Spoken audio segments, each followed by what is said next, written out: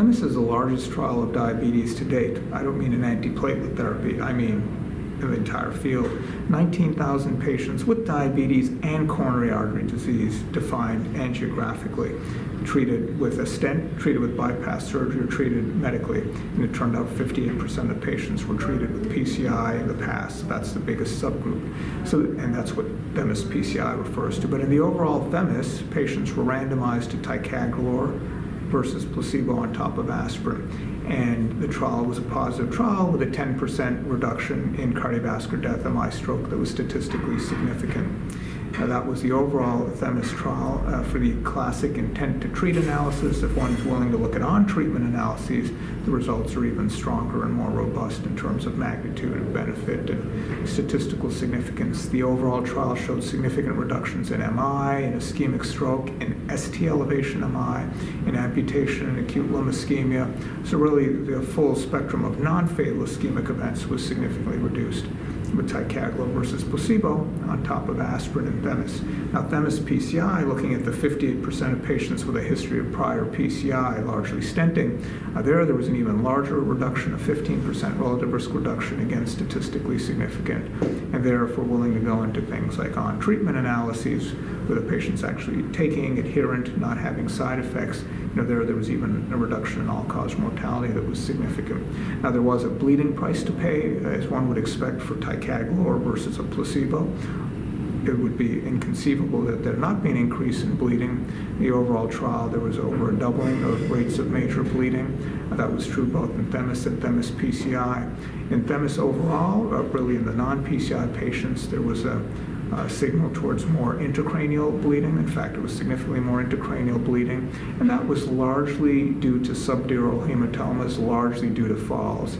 But still, not a trivial thing to have an intracranial bleed. But the absolute rate in the overall trial was increased from 0.5 to 0.7%. So small absolute increase, but statistically significant, though that excess was really confined to the patients without a history of PCI. For that reason, the history of PCI patients within THEMIS PCI had benefit, didn't have the intracranial hemorrhage finding, no excess in fatal bleeding or anything like that either. So really the net clinical benefit with respect to irreversible sorts of harms and outcomes seemed quite favorable in THEMIS PCI, not so much in the no PCI patients. So I think moving forward, where one would consider aspirin and ticagrelor and extended use would be, of course, in ACS patients based on Plato and Pegasus, but also now in patients that have had elective stenting, say for stable angina, who it appears if they have diabetes would benefit from protracted aspirin and ticagrelor, assuming that they're at low bleeding risk, assuming they have not bled while on dual antiplatelet therapy in the past.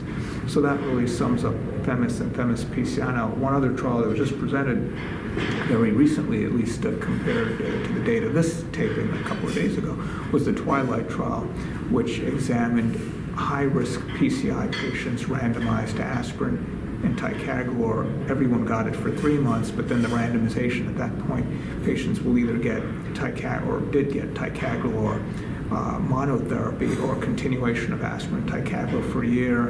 And the trial showed about a halving of the rates of major bleeding with ticagrelor monotherapy versus aspirin plus ticagrelor. That's not surprising, obviously. Ticagrelor plus a placebo will have less bleeding than ticagrelor plus aspirin. The aspirin could only increase bleeding.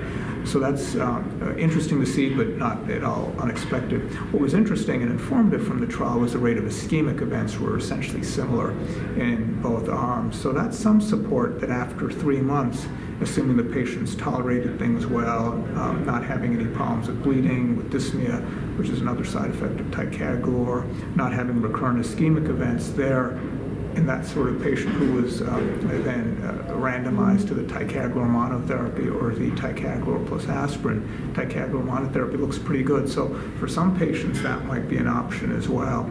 And potentially even THEMIS and THEMIS PCI, what we saw there, the great efficacy, may have been preserved with less bleeding had we dropped aspirin. In fact, we wanted to do that in an initial design of the study, but the FDA mandated aspirin use. So, potentially areas where one might consider DAPT and areas where one might consider ticagrelor monotherapy in this rapidly evolving field, what is the best antiplatelet cocktail for an individual patient?